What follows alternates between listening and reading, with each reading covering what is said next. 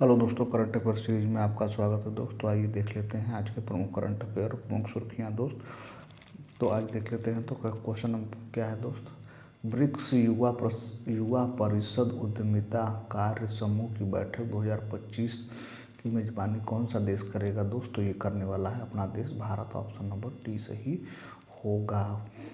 ठीक है दोस्त, आइए देखते हैं अगला क्वेश्चन। देखते हैं दोस्त आगे, आइए देख लेते हैं आगे कुछ और प्रमुख बातें इससे जुड़ी हुई। दोस्त देखिए, भारत 3 से 7 मार्च 2025 तक ब्रिक्स युवा परिषद उद्यमिता कार्य समूह बैठक की मेजबानी करेगा। यह आयोजन युवा मामले और खेल मंत्रालय के अंतर्गत आयोजित है। इसका विषय सतत विकास के लिए युवा उद्यमिता है। ब्राज़ील, रूस, भारत, चीन और दक्षिण अफ्रीका के लगभग 45 युवा प्रतिनिधि इसमें भाग लेंगे। बैठक का उद्देश्य उद्यमिता और नवाचार में सहयोग को मजबूत करना है।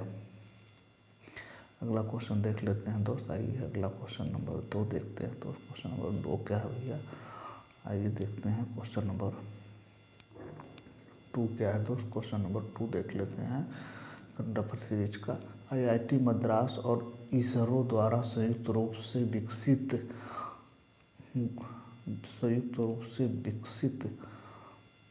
एरोस्पेस गुणवत्ता वाले सेमीकंडक्टर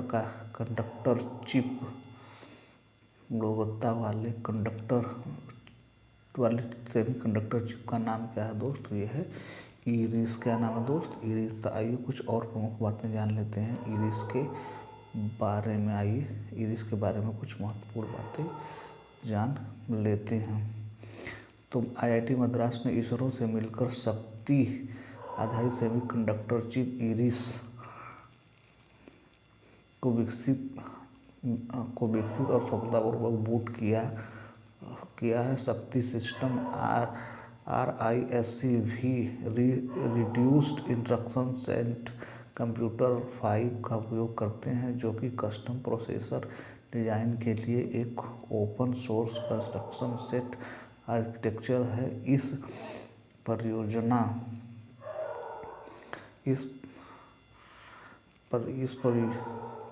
परियोजना को डिजिटल इंडिया के पहल के तहत इलेक्ट्रॉनिक्स और आईटी मंत्रालय का समर्थन प्राप्त है। इसका उद्देश्य उच्च सुरक्षा और पारदर्शिता के साथ स्वदेशी माइक्रो प्रोसेसर आधारित उत्पादों को बढ़ावा देना है। इरिस भारत की सेमीकंडक्टर प्रौद्योगिकी में आत्मनिर्भरता की दिशा में विशेष रूप से आंतरिक अनुप्रयोगों के लिए एक महत्वपूर्ण कदम है।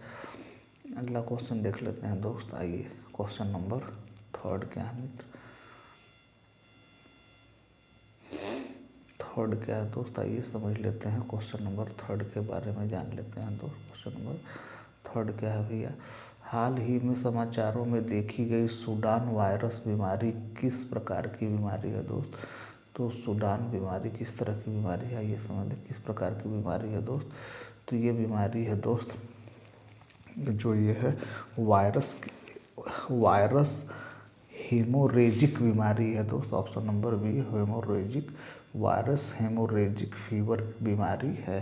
तो आइए और कुछ प्रमुख बातें इसके बारे में जान लेते हैं दोस्त। आइए कुछ फैक्ट जान लेते हैं जो कि एग्जाम के लिए बहुत हो सकता है। युगांडा और WHO ने सूडान वायरस बीमारी के प्रकोप की पुष्टि की है। यह एक वायरस हेमोरेजिक फीवर है जो इबोला से संबंधित है और सूडान वायरस SUDAV के कारण होता है। इसे पहली बार 1976 में सूडान में पहचाना गया था। यह क्षेत्र में पशुवाहकों में मौजूद है। इसकी मृत्यु दर उच्च है और यह शारीरिक तरल पदार्थों या दूषित सतहों के सीधे संपर्क से फैलता है।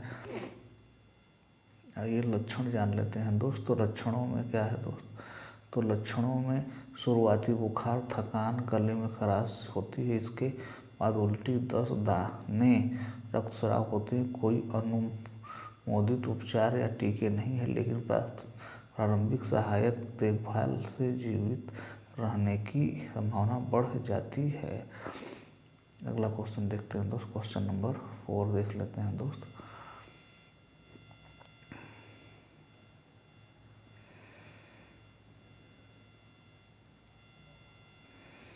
क्वेश्चन नंबर 4 क्या है दोस्त, फरवरी 2025 में महत्वपूर्ण खनिजों में सहयोग बढ़ाने के लिए कौन से 2 देशों ने ट्रस्ट पहल की है दोस्त, ट्रस्ट की पहल की है दोस्त, वो है भारत और संयुक्त राज्य अमेरिका, भारत और संयुक्त राज्य अमेरिका। तो आइए इसके बारे में कुछ और प्रमुख बातें जान लेते हैं दोस्त। आइए, तो भारत और अमेरिका ने महत्वपूर्ण खनिजों जैसे लिथियम और दुर्लभ पृथ्वी तत्वों में सहयोग बढ़ाने के लिए trust transforming relationship utilising strategy technology पहल की है। यह पहल पीएम मोदी की वाशिंगटन यात्रा के दौरान घोषित की गई थी और इसका उद्देश्य आवश्यक सामग्रियों के लिए आपूर्ति श्रृंखलाओं को मजबूत करना है। यह पहल महत्वपूर्ण खनिजों के महत्वपूर्ण सामग्रियों के फार्मास्यूटिकल्स पर केंद्रित है। इसका उद्देश्य नियमों को सरल बनाकर प्रौद्योगिकी हस्तांतरण की बाधाओं को कम करना है। यह रणनीतिक संसाधनों के व्यापार को सुगम बनाने के लिए निर्यात नियंत्रणों से संबंधित करना चाहता है। यह उच्च तकनीकी वाणिज्य को भी बढ़ावा देता है, उन्नत क्षेत्रों में सहयोग को बढ़ावा देता है। अगला क्वेश्चन देख लेते हैं दोस्त। आइए क्वेश्चन नंबर 5 देख लेते हैं दोस्त। क्वेश्चन नंबर 5 क्या है मित्र, आइए क्वेश्चन नंबर 5 देख लेते हैं दोस्त। क्वेश्चन नंबर 5 क्या है भैया, हाल ही में किस राज्य सरकार ने नीलगायों के शिकार को मंजूरी दी है, जिन्हें ब्लू बुल भी कहा जाता है? तो ये दोस्त ये है हरियाणा। हरियाणा नीलगायों के शिकार पर क्या किया है, उन्हें हरी झंडी दी है, मंजूरी दी है। तो ये ऑप्शन नंबर बी सही होगा। आइए और कुछ प्रमुख बातें जान लेते हैं इसके बारे में कि क्यों मंजूरी दी गई, इसके पीछे क्या कारण है दोस्तों। हरियाणा सरकार ने मानव वन्यजीव संघर्ष और फसल क्षति को कम करने के लिए नीलगायों के शिकार को मंजूरी दी है। नीलगाय बोसलेफस ट्रैगोकैमलस एशिया के सबसे बड़े मृगों में से एक हैं और यह भारत का मूल निवासी है। नए वन्यजीव संरक्षण नियमों के तहत नर नीलगायों के शिकार की अनुमति है। भारत में नीलगाय की आबादी लगभग 1 लाख है, जिसमें से बड़ी संख्या में बिहार, छत्तीसगढ़, हरियाणा, एमपी, यूपी और राजस्थान में हैं, जहां इन्हें एक समस्या के रूप में देखा जाता है। IUCN नीलगाय को कम चिंता वाली प्रजाति के रूप में सूचीबद्ध करता है। अगला क्वेश्चन आइए देख लेते हैं दोस्त। क्वेश्चन नंबर 6 क्या है मित्र, आइए देख लेते हैं। क्वेश्चन नंबर 6 क्या है मित्र, क्वेश्चन नंबर 6, खबरों में देखा गया इलात की खाड़ी किस महासागर में स्थित है दोस्त? तो ये लाल सागर में स्थित है दोस्त, लाल सागर में स्थित है। आइए इसके बारे में कुछ और प्रमुख बातें जान लेते हैं दोस्त। लाल सागर में क्यों स्थित है भैया, तो हाल ही में शोध से पता चला है कि इलात की खाड़ी अकाबा की खाड़ी में प्रवाल भित्तियों की वृद्धि में एक महत्वपूर्ण ठहराव आया है। यह खाड़ी लाल सागर से उत्तरी सीढ़ी पर स्थित है और इसके चारों ओर मिस्र, इजराइल, जॉर्डन और सऊदी अरब हैं। यह खाड़ी 1850 मीटर गहरी है, तो 100 मीटर गहरी स्वेज की खाड़ी की तुलना में अधिक गहरी है। अकाबा की खाड़ी अपनी प्रवाल भित्तियों के लिए जानी जाती है, जो दुनिया की सबसे उत्तरी प्रवाल भित्तियों में से एक है। अगला क्वेश्चन देख लेते हैं दोस्त। क्वेश्चन नंबर 7 क्या है मित्र, आइए क्वेश्चन नंबर 7 देख लेते हैं दोस्त। क्वेश्चन नंबर 7 क्या है भैया, दुलारी कन्या योजना किस राज्य सरकार द्वारा शुरू की गई है दोस्त? तो ये शुरू की गई है अरुणाचल प्रदेश के द्वारा। ऑप्शन नंबर सी सही होगा। तो आइए कुछ और प्रमुख बातें जान लेते हैं अरुणाचल प्रदेश के बारे में दोस्तों।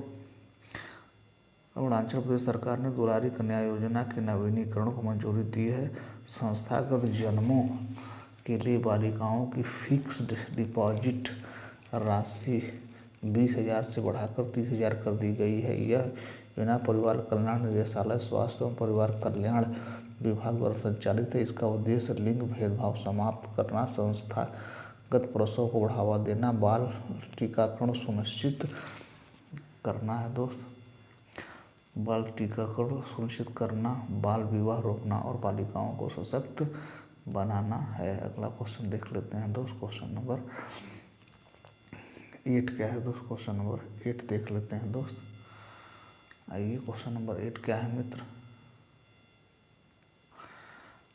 फरवरी 2025 में किस देश ने ओपेक प्लस में शामिल हुआ है दोस्तों। 8वां खंड ब्राज़ील होगा, 8 का 20 सही होगा, ब्राज़ील शामिल हुआ है। तो आइए कुछ और प्रमुख बातें जान लेते हैं ब्राज़ील के बारे में दोस्तों। ब्राज़ील हाल ही में ओपेक प्लस में शामिल हुआ है, जो प्रमुख तेल निर्यातक देशों का संगठन। ओपेक प्लस में 22 तेल निर्यातक देश शामिल हैं, जो वैश्विक कच्चे माल की आपूर्ति को नियंत्रित करते हैं। समूह नियमित रूप से बैठकें करता है ताकि यह तय किया जा सके कि इस बाजार में कितना तेल बेचना है। यह संगठन कच्चे तेल के उत्पादन को समायोजित करने और बाजार की स्थिति सुनिश्चित करने के लिए मिलकर काम करता है। अगला क्वेश्चन देख लेते हैं दोस्त। आइए क्वेश्चन नंबर 9 देखते हैं दोस्त। क्वेश्चन नंबर 9 देख लेते हैं मित्र। पाटर वास्प की नई प्रजाति परसिमेंस साइनेंसिस की खोज किस पूर्वोत्तर राज्य ने की है दोस्त। तो 9वें का क्या होगा, अरुणाचल प्रदेश होगा, ऑप्शन नंबर सी सही होगा। अगला क्वेश्चन देखते हैं दोस्त, क्वेश्चन नंबर। आइए कुछ प्रमुख बातें इसके बारे में जान लेते हैं। तो कीट वैज्ञानिकों एंटोमोलॉजिस्ट ने अरुणाचल प्रदेश में पावर वास्प की एक नई प्रजाति खोज की है, जिसका नाम परस्यूमेंस साइनेंसिस। यह प्रजाति परस्यूमेंसिस वंश जीन्स के अंतर्गत आती है और उपवंश में शामिल, जो मुख्य रूप से ओरिएंटल क्षेत्र में पाई जाती है। अकेले रहने वाले वास्प अपने लार्वा के साथ मिट्टी के छोटे बर्तन जैसे घोंसले बनाते हैं। भारत में इस वंश की केवल एक प्रजाति ही रिपोर्ट की गई, जिसमें परस्यूमेंस सिंगनेंसिस देश के वास्प विविधता में एक महत्वपूर्ण योगदान है। यह प्रजाति अपर सियांग जिले में पाई जाती है। इसका नाम सियांग घाटी अरुणाचल प्रदेश के नाम पर रखा गया है। इसकी लंबाई 3.2 मिमी है। यह अपनी विशेषताओं के लिए जानी जाती है। यह कैटरपिलर्स और कीड़ों पर भोजन करके कीट जनसंख्या को नियंत्रित करने में भूमिका निभाते हैं। तो ये भूमिका निभाते हैं। अगला क्वेश्चन देखते हैं, क्वेश्चन नंबर 10 क्या है दोस्त। आइए क्वेश्चन नंबर 10 देख लेते हैं मित्र। क्वेश्चन नंबर 10 देख लेते हैं दोस्त।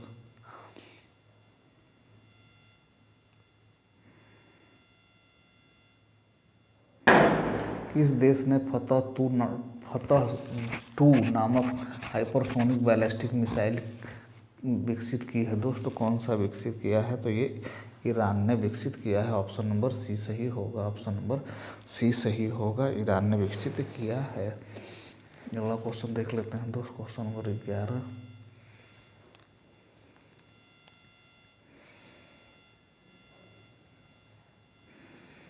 क्वेश्चन नंबर 11 देख लेते हैं दोस्त। तो क्वेश्चन नंबर 11 क्या है भैया।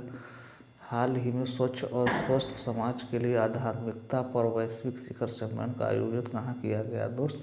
तो ये किया गया है भैया माउंट आबू में। कहाँ किया गया, माउंट आबू राजस्थान में किया गया। ऑप्शन नंबर सी सही होगा। तो आइए इसके बारे में कुछ प्रमुख बातें जान लेते हैं दोस्त। तो ये देखिए, द्रौपदी मुर्मू राष्ट्रपति, भारतीय राष्ट्रपति द्रौपदी मुर्मू ने माउंट आबू राजस्थान में स्वच्छ स्वास्थ्य समाज के लिए आध्यात्मिकता पर एक वैश्विक शिखर सम्मेलन भाग लिया। इस शिखर सम्मेलन का आयोजन प्रजापति ब्रह्मा कुमारी ईश्वरी विश्वविद्यालय द्वारा किया गया है। राष्ट्रपति मुर्मू ने इस बात पर जोर दिया है कि आध्यात्मिकता का अध्ययन आंतरिक शक्तियों को पहचानना और विचारों तथा कर्मों में शुद्धता को बढ़ावा देना है। आइए अगला क्वेश्चन देख लेते हैं दोस्त। आगे आइए, तो हम लोग अब आज देखेंगे दोस्त वर्ल्ड महिला डे के बारे में कुछ प्रमुख बातें। तो वर्ल्ड महिला डे के बारे में कुछ प्रमुख बातें जान लेते हैं दोस्त, विश्व महिला दिवस के बारे में। तो ये देखिए, विश्व अंतर्राष्ट्रीय महिला दिवस तो अंतर्राष्ट्रीय महिला दिवस प्रत्येक वर्ष 10 मार्च को मनाया जाता है दोस्त। तो आइए समझ लेते हैं विश्व महिला के दिवस के बारे में, और यहाँ से क्वेश्चन जरूर पूछे जाते हैं दोस्त। तो ये करंट अफेयर सीरीज के लिए महत्वपूर्ण है। अंतर्राष्ट्रीय महिला दिवस को मनाया जाता है दोस्तों, ये 8 मार्च को प्रत्येक वर्ष मनाया जाता है। तो भारत में महिलाओं के राजनीतिक प्रतिनिधित्व को बढ़ावा देने के लिए महिला आरक्षण अधिनियम 2023 संविधान संशोधन 128 अधिनियम 2003 पारित किया गया दोस्त। आइए इसकी शुरुआत कब हुई, तो अंतर्राष्ट्रीय महिला दिवस की शुरुआत कब हुई दोस्त। तो शुरुआत देखिए, तो 1908 न्यूयॉर्क में 15,000 महिलाओं ने बेहतर वेतन, कम कार्य घंटे और मतदान के अधिकार के लिए प्रदर्शन किया। 1910 में international conference of working women में क्लारा जेटकिन ने इसे अंतर्राष्ट्रीय स्तर पर मनाने का प्रस्ताव रखा दोस्त। अगला 1911 में पहली बार ऑस्ट्रिया, डेनमार्क और जर्मनी, स्विट्जरलैंड ने वर्ल्ड वुमेन डे मनाया था दोस्त। आइए और कुछ प्रमुख बातें जान लेते हैं भैया। तो 1975 में संयुक्त राष्ट्र संघ ने यूएन ने इसे आधिकारिक मान्यता दी और इसे महिला अधिकार और समानता का वैश्विक प्रतीक घोषित किया। तो आगे देख लेते हैं दोस्त।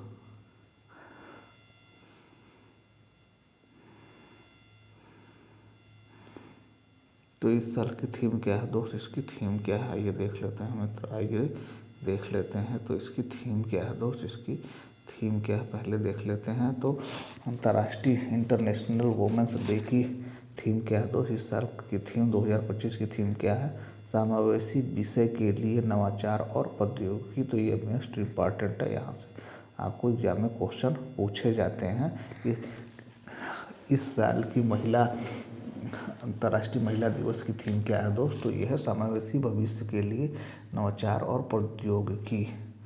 ठीक है दोस्त, आइए कुछ उसका उद्देश्य क्या है, उद्देश्य और महत्व क्या है दोस्त। तो नारी वर्ल्ड फीमेल डे का क्या महत्व है और उसका क्या उद्देश्य है।